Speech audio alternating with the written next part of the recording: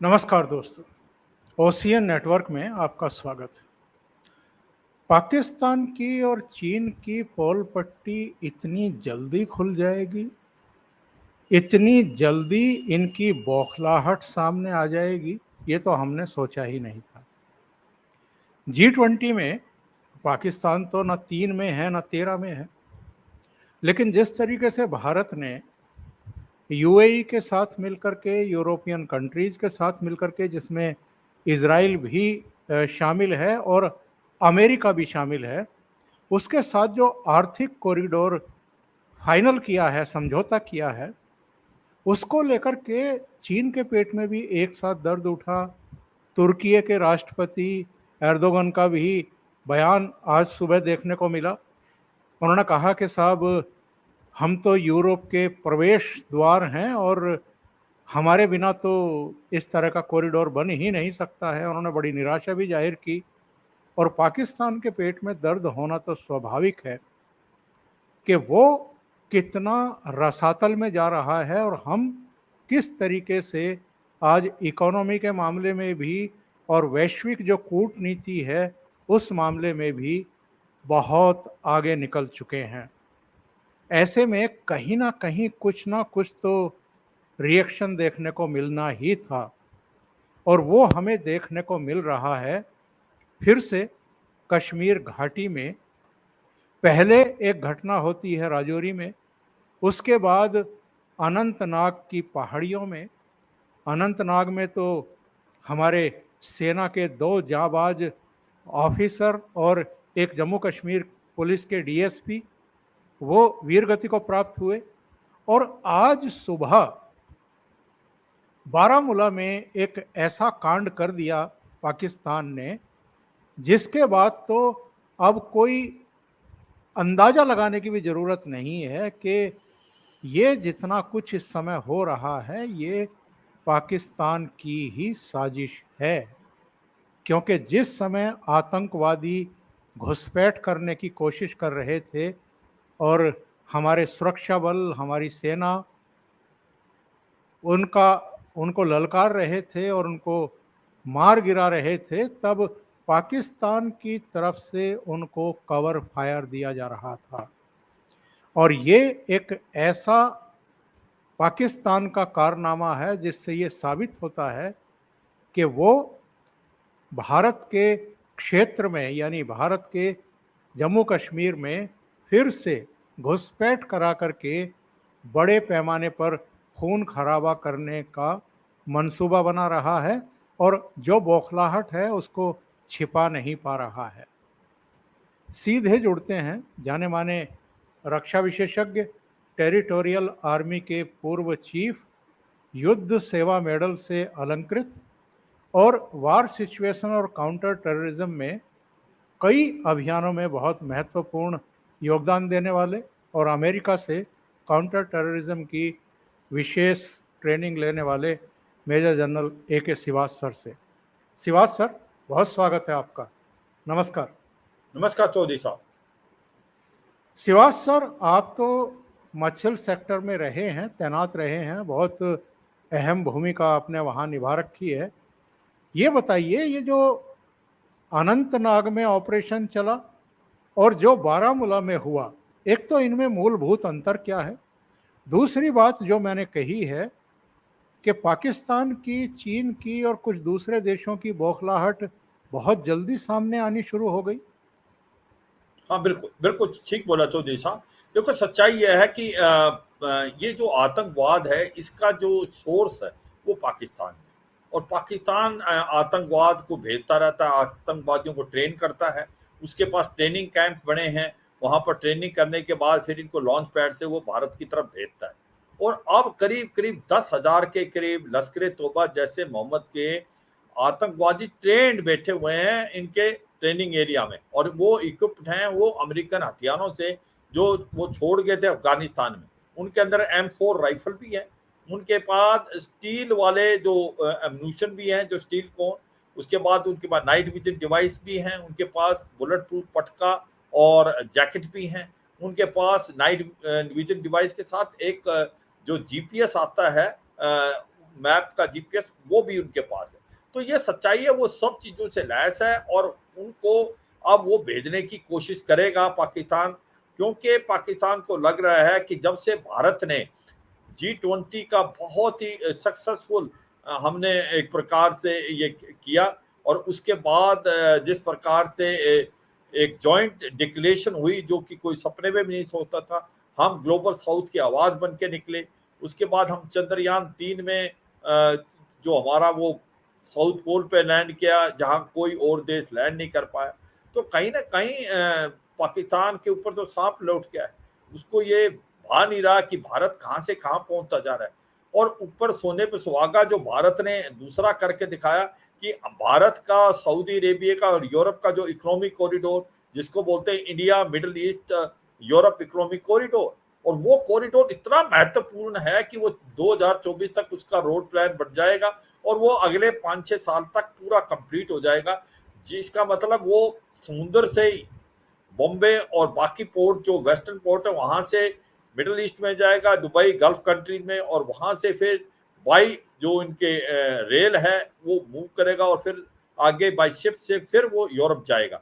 इससे पूरा ही economy change हो जानी है। इसके अंदर जो देश इन्वॉल्व है, भारत भी है, सऊदी अरेबिया, यूएई भी, ओमान भी, जॉर्डन भी, इजराइल भी, फिर फ्रांस भी, जर्मनी भी, इटली भी, और उसके साथ साथ अमेरिका भी। तो आप देखें इससे पूरा गेम चेंज। और क्योंकि सऊदी अरेबिया, यूएई अब वो ऑयल इकोनॉमी से अलग जाना चाहते हैं, उनको पता है ये 10 साल के बाद ऑयल की कोई अहमियत नहीं होगी, और उनको पता भारत एक फास्टेस्ट ग्रोइंग इकोनॉमी है, एक बहुत बड़ी मार्केट है। तो ये भी कहीं ना कहीं पाकिस्तान को सह नहीं रहा, इसलिए उसने आतंकवाद को फिर दोबारा जनरेट करने, पता है उसको कि हमारा जब आर्टिकल 370 और 35A एब्रोगेट होने के बाद भारत का जो जम्मू एंड कश्मीर है वो बहुत ही शांतिपूर्ण हो गया था। यहाँ पर डिस्ट्रिक्ट डेवलपमेंट काउंसिल के इलेक्शन हुए, पंचायत इलेक्शन हुए, टूरिज्म रिकॉर्ड टाइम का हुआ, IIM, medical college, engineering college, degree college बन गए हैं, और एक प्रकार से सड़कों का जाल बिछ गया है। रेलवे लाइन मेट्रो अभी बारामूला तक चली गई है। तो ऐसे में पाकिस्तान को लग रहा है कि उसकी तो गेम खत्म।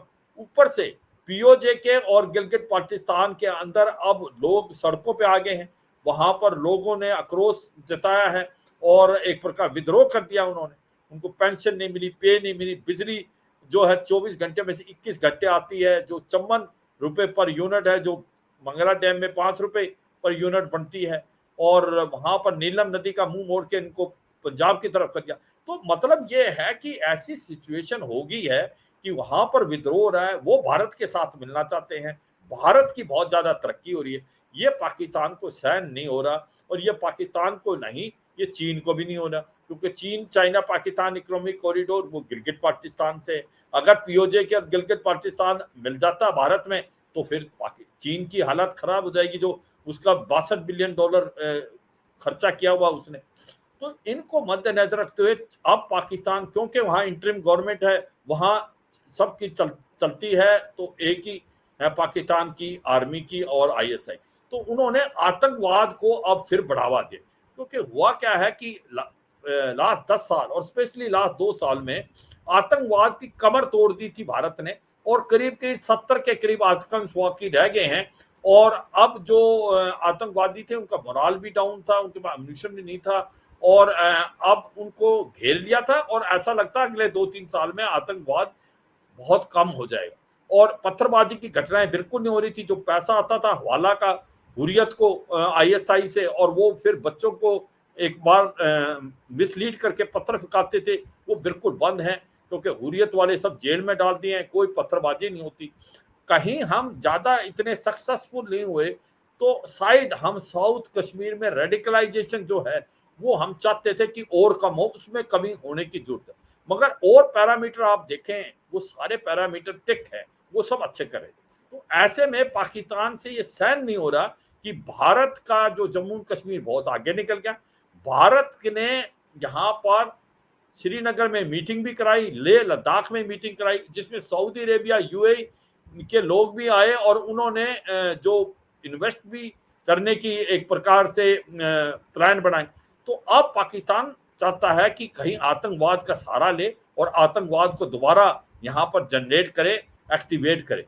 और ऐसे में क्योंकि अभी मुनीर आसिम जो जनरल हैं, उनके चीफ, उनका राज है, क्योंकि जो इंटरिम गवर्नमेंट है उसके तो बस की है नहीं। तो अब ये एकदम आप देखेंगे लास्ट 5 दिन में 3 इनकाउंटर हो, एक रजौरी पुंछ में हुआ, और एक ये कोकरनाग अनंतनाग में चल रहा है, और दूसरा ये आज जो बारामूला में हुआ, जो 3 आतंकवादी कोशिश कर रहे थे अंदर घुसने की, काउंटर इन्फिल्ट्रेशन ग्रिड ने बहुत पुख्ता था, उन्होंने तीनों को मार गिराया। तो ये सच्चाई है, ये बात अभी बढ़ेगी, और इसलिए मैं ये कहता हूं कि अब हमें भी अपनी थोड़ी स्ट्रेटेजी चेंज करनी पड़ेगी।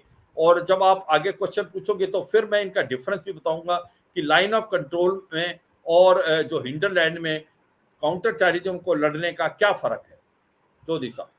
शिवाज साहब, हमने ये देखा है कि जब जब पाकिस्तान में घरेलू दबाव बढ़ते हैं, अलग अलग समस्याओं को लेकर के, जब वहाँ जनाक्रोश सामने आता है, और इधर जिसकी आपने चर्चा की कि गिलगिट में, बाल्टिस्तान में, पीओजे में, उधर अगर हम देखें तो बलूचिस्तान में, सिंध में, अलग अलग हिस्सों में इस समय असंतोष है, धरने हैं, प्रदर्शन है, लोगों की अलग अलग मांगे हैं, ऊपर से उनका इलेक्शन भी होने जा रहा है। बिल्कुल। तो ये क्या पब्लिक का ध्यान डाइवर्ट करने के लिए एक बार फिर यही टैक्टिस अपना रहे हैं जो पहले भी अपनाते रहे हैं कि जम्मू कश्मीर की जो सरहद है उसको थोड़ा सा सरगर्म कर दो, ताकि चर्चाओं का जो मुंह है वो दूसरी तरफ मोड़ा जा सके? हाँ, बिल्कुल, ये सच्चाई है कि अब उनका मकसद यही है कि कहीं न कहीं अब वहाँ पर ऐसा माहौल पैदा करो। एक तो पाकिस्तान की आर्मी इतनी जल्दी इलेक्शन नहीं चाहती, और इसलिए वो कुछ न कुछ ऐसा करेगी, और अब वो counter infiltration in the sense कि जो आतंकवादियों को भेजने की पूरी कोशिश करेगी भारत के अंदर, और इसलिए भारत को बहुत चौकन्ना रहना पड़ेगा। और अब मुझे लगता है वो K2 वाला भी करेंगे, खालिस्तान प्लस जो कश्मीर वाला। अब जो ड्रोन का इस्तेमाल करके ये हथियार और वेपन एम्यूनिशन भेजे हैं इन्होंने, मुझे पंजाब और जो जम्मू के इलाके में मेरे को लगता है काफी सक्सेसफुल भी हुए हैं, क्योंकि अब हथियार काफी नजर आ रहे हैं कश्मीर घाटी में। अब बात आती है कि पाकिस्तान तो बाद नहीं आएगा, पाकिस्तान अब आतंकवाद का जो है मुझे लगता है पूरा जोर लगाएगा, स्पेशली बर्फ पड़ने से पहले वो ज्यादा से ज्यादा इन्फिल्ट्रेशन करने की कोशिश करेगा इस साल, और इस साल हमें बड़ा चौकन्ना रहना पड़ेगा। आपने बहुत ठीक बोला, क्योंकि वो नहीं चाहता पाकिस्तान की आर्मी इलेक्शन जल्दी हो, वो चाहते हैं इमरान खान को टोटली साइड लाइन कर दिया जाए, इलेक्शन को थोड़ा डिले करें कि भाई जब इलेक्शन हो तो जैसी गवर्नमेंट उनको चाहिए वैसी आनी चाहिए। तो ऐसे में भारत को बहुत चौकन्ना रहना पड़ेगा। जैसे हम बात कर रहे थे चौधरी साहब की कैसे इन्फिल्ट्रेशन होती है और कैसे लाइन ऑफ कंट्रोल और हिंडरलैंड में फर्क है। देखो, जब ये वहां से आतंकवादी आने की कोशिश करते हैं, वो ट्रेनिंग एरिया से लॉन्च पैड पे आते हैं। लॉन्च पैड जो है वो 2 से 3 किलोमीटर लाइन ऑफ कंट्रोल के पास होता है, वो पाकिस्तान की आर्मी उसको संभालती है, और वहां पर उनको गाइड मिलते हैं, और उस गाइड की मदद से एक ट्रैक, जिसको ट्रैक बोलते हैं, जो 5 और 6 टेररिस्ट, वो 4 भी हो सकते, 5-6 इतने के करीब के साथ वो इन्फिल्ट्रेट करने की कोशिश करते हैं। उनके साथ वो गाइड आता है, और वो गाइड को रास्ते पता होते हैं, गाइड को वो ट्राई भी करता है कि एलसी फेंस के अंदर से घुसने की कोशिश करें, तो वो ट्राई करते हैं। वो अलग बात है कि हम उनको वहीं मार गिरा सकते हैं एलसी फेंस पे ही, मगर वो अगर सक्सेसफुल हो जाते हैं तो ये गाइड उनको लेके आता है, और उसके बाद जिस प्रकार से वो एलसी फेंस क्रॉस करके 1 टियर 2 टियर मल्टी टियर हमने बना रखे उनको भी क्रॉस करने की कोशिश करता है। तो कहना क्या मतलब यह है, ये तो आप कह नहीं सकते कि 0% इन्फिल्ट्रेशन है, वो नामुमकिन है। वो कुछ ना कुछ ट्रैक क्रॉस कर जाते हैं, और उसके बाद वो फर्स्ट टियर सेकंड टियर करके फिर उनको गाइड मिलता है जो इनसे मिलाप करता है, और वो कश्मीर घाटी में उनको लेके जाता है। और अब जब कश्मीर घाटी में आ जाते हैं, फिर वो वहां पर ऑपरेट करते हैं। जब वो वहां ऑपरेट करते हैं कश्मीर घाटी में, वहां पर ऑपरेट करने का जो तरीका है वो बेसिकली है कि उनको वो करते हैं हिंडरलैंड में, गाँव में, शहरों में, और वहां पर ज्यादातर ऑपरेशन होते हैं अर्बन एरिया, बिल्टअप एरिया में। और क्योंकि वो समझते हैं कि हमारा जो एक प्रकार से लोकल लोग हैं उनके साथ हमारे को कॉपरेशन मिलेगी, और हमें ज़्यादा आसानी से लड़ने का मौका मिलेगा और हमने ब्रेन वॉश करना है। तो अब तक ये हो रहा था, मगर अब उनको लगने लगा है कि भारत की जो फौज है उसकी टैक्टिस है, उनको भारत के फौज के सोर्सेज बहुत अच्छे होंगे सिक्योरिटी फोर्सेज के, वो उस घर को घेरा लगा लेते हैं जहां पर आतंकवादी के होने की आशंका है, और उसके बाद इंटेलिजेंस उनका पुख्ता है, कॉप्टर है हमारे पास, ड्रोन्स हैं, और उसके बाद उस घर को गिरा देते हैं और उसके अंदर आईडी लगा के, और वो आतंकवादी वहीं मर जाता है। तो ऐसे में इनको अभी लगा कि ये स्ट्रेटेजी चेंज करनी चाहिए, अब यहाँ की बजाय पहाड़ों पे जाए, पहाड़ों पे जाए, हायर रिचेज हैं, वहां पर ऑपरेट करें और वहां खींचे फौज को, सिक्योरिटी फोर्सेज को, क्योंकि वहां पर जो बनावट है जमीन की कश्मीर घाटी में और लाइन ऑफ कंट्रोल पे, उसमें जो पहाड़ी इलाका और जंगली इलाका वहां पर नेचुरल केव्स हैं, जो नेचुरल केव्स हैं वो हाइड आउट बनने में बड़ा आसान है। तो इसमें भी जो कोकर राग में हाइड आउट है, हाइड आउट में उन्होंने खाना पीना रखा है जो कि इनके OGW वगैरह ने मदद की है, और वहां पर 2 महीने तक का लड़ सकता है, और इसलिए उस इलाके में आपको इतना आसान नहीं होता लोकेट करना केव को, वो जो हाइड आउट होता है, और हाइड आउट होती है हाइट पे, तो जब आप ऊपर चढ़ रहे हैं तो आपके ऊपर हमला करना आसान हो जाता है। और यहाँ पर जो आपका गाइड था, जो सोर्स था, वो है डबल क्रॉस कर गया, उसने खबर आतंकवादियों को भी दे रखी थी, तो इसलिए ये इतनी कैजुअलिटी हुई है। और ये सच्चाई है कि अब ये बदलेगी आतंकवाद का, जो अब कश्मीर घाटी के अंदर भी आप देखेंगे ज्यादा ऑपरेशन अब पहाड़ों पे होंगे और हिल्स पे होंगे। ये भी सच्चाई है कि जब तक बर्फ नहीं पड़ती और पासिस बंद नहीं होते, इन्फिल्ट्रेशन की कोशिश बहुत ज्यादा होगी। अब आते हैं, हम जो बात कर रहे थे कि हम जब लाइन ऑफ कंट्रोल क्रॉस करते हैं, उसके बीच में और लाइन ऑफ कंट्रोल और एलसी फेंस के बीच में भी 1.5-2 किलोमीटर का रास्ता हो सकता है, क्योंकि फेंस जो बनाई जाती है वो पहाड़ पे बनाई जाती है, और जबकि एलसी हो सकता है नाले के साथ हो, तो वो वहां से जो एलसी और एलसी फेंस के बीच में भी ऑपरेट करती है फौज, और एलसी फेंस के ऊपर भी है कि एलसी फेंस को क्रॉस ना करे। अब वहां जो भी है एलसी और एलसी फेंस के बीच के अंदर भी केव बहुत है, वहां पर भी ये आके छुप जाते हैं और वो कोशिश करते हैं, देखते हैं कि कब मौका लगेगा कि वो क्रॉस करें एलसी फेंस को। जो वहां पर भी केव्स हैं, वहां पर भी अगर आप देखेंगे पहाड़ी इलाका है, जंगली है, उसकी कोशिश करते हैं, और उसकी मदद करती है पाकिस्तान की आर्मी, क्योंकि वहां से 1 किलोमीटर ही जो लाइन ऑफ कंट्रोल पे उनकी पोस्टें हैं। तो लाइन ऑफ कंट्रोल जब ऐसा आपको पता चल गया कि आतंकवादी कोशिश कर रहे हैं इन्फिल्ट्रेट करने की, तो आपका वहां पर मुठभेड़ होती है, आप करते, इतने में पाकिस्तानी जो पोस्ट हैं उनकी तरफ से वो फायर करती है, वो आपको कवरिंग फायर देगी उनको, सो दैट आपकी अटेंशन डाइवर्ट हो जाए और वो निकल जाए, या तो वो पार कर जाए या वापस आ जाए। तो वो ऐसी कोशिश करती है, और इस जो ऑपरेशन बारामूला में हुआ एग्जैक्टली वही हुआ।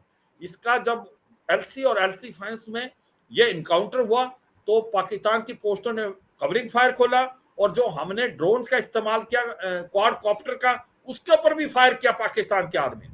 जैसा अपने व्यूअर्स को मालूम है कि हमारा और उनका सीज फायर है, हम फायर नहीं करते, तो एलसी फेंस पे मुझे लगता है वो टाइम चला गया। अगर पाकिस्तान की पोस्ट ने फायर किया है तो उसको बहुत जबरदस्त जवाब देना चाहिए, और उसके ऊपर जैसे पहले हम एक प्रकार से पूरा फायर एक पोस्ट पे लाके उसको बर्बाद करते थे, तो ऐसा करें, क्योंकि बारामूला वाला एक ऐसा केस है जहां पर क्वाड कॉप्टर पे इन्होंने एक बार फायर किया और इन टेररिस्टों को वो कवरिंग फायर पूरा दे रहे थे।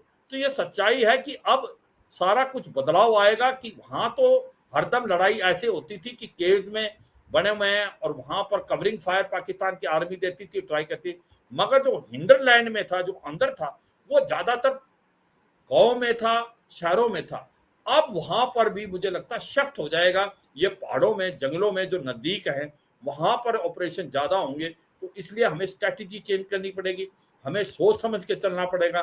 तो इसी प्रकार जो आरा राष्ट्रीय राइफल जो अंदर को हिंडरलैंड में करती है, उसका जो माइंड सेट था वो भी थोड़ा चेंज करना पड़ेगा, क्योंकि अब ये लड़ाई ज्यादातर आप देखेंगे कि ये हायर रीचेज पे होगी, केव्स हैं वहां और OGW है।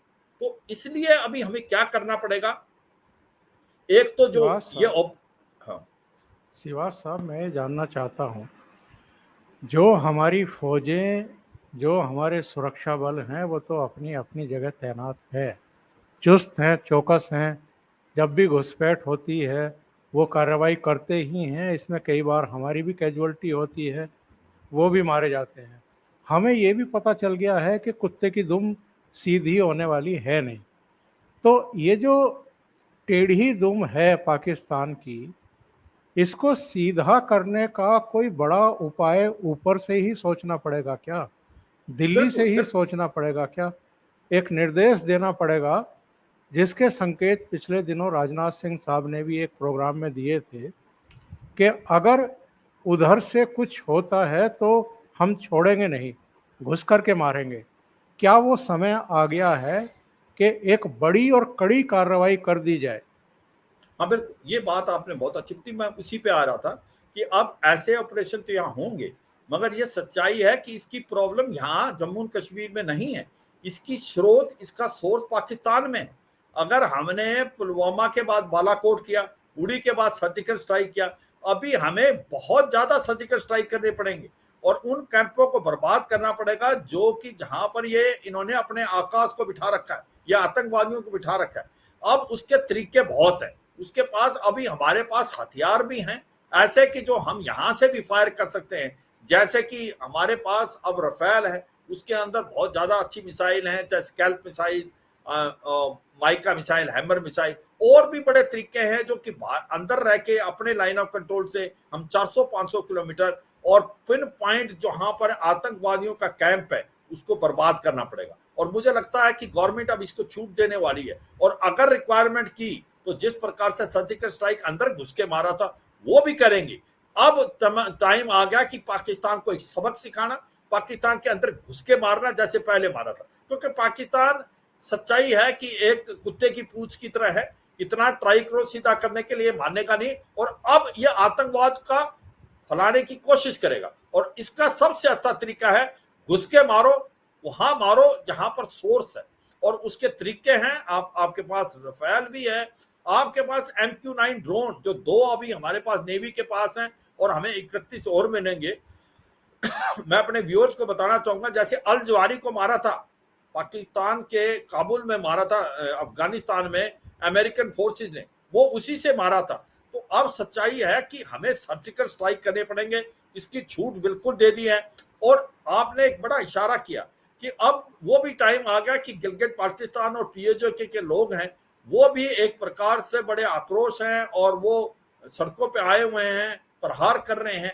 तो मुझे लगता है वो भी हमें ध्यान देना पड़ेगा कि क्या वो भी समय आ गया। तो अभी हमें बड़ा चौकन्ना, और मुझे लगता है टिट फॉर टैट, जैसे को तैसा। अगर पाकिस्तान नहीं मानता तो उसके घर में घुसो, और आपके पास बहुत मीन्स है जो कि कुछ बता सकते हैं, कुछ चीजें हमें नहीं बतानी चाहिए यहाँ, कि हमारे पास काबिले तो क्षमता है पाकिस्तान के अंदर घुस के, और ये आतंकवाद का जो सहारा लेता है पाकिस्तान, ये प्रॉक्सी कर रहा है, इसके घर में जाके मारो। चौधरी साहब, बहुत बहुत धन्यवाद श्रीवास सर, आपने बहुत ही महत्वपूर्ण मुद्दे पर प्रकाश डाला और ओशियन नेटवर्क के लिए इतना समय निकाला। Thank you so much sir. नमस्कार। नमस्कार चौधरी साहब, जय हिंद। जय हिंद सर।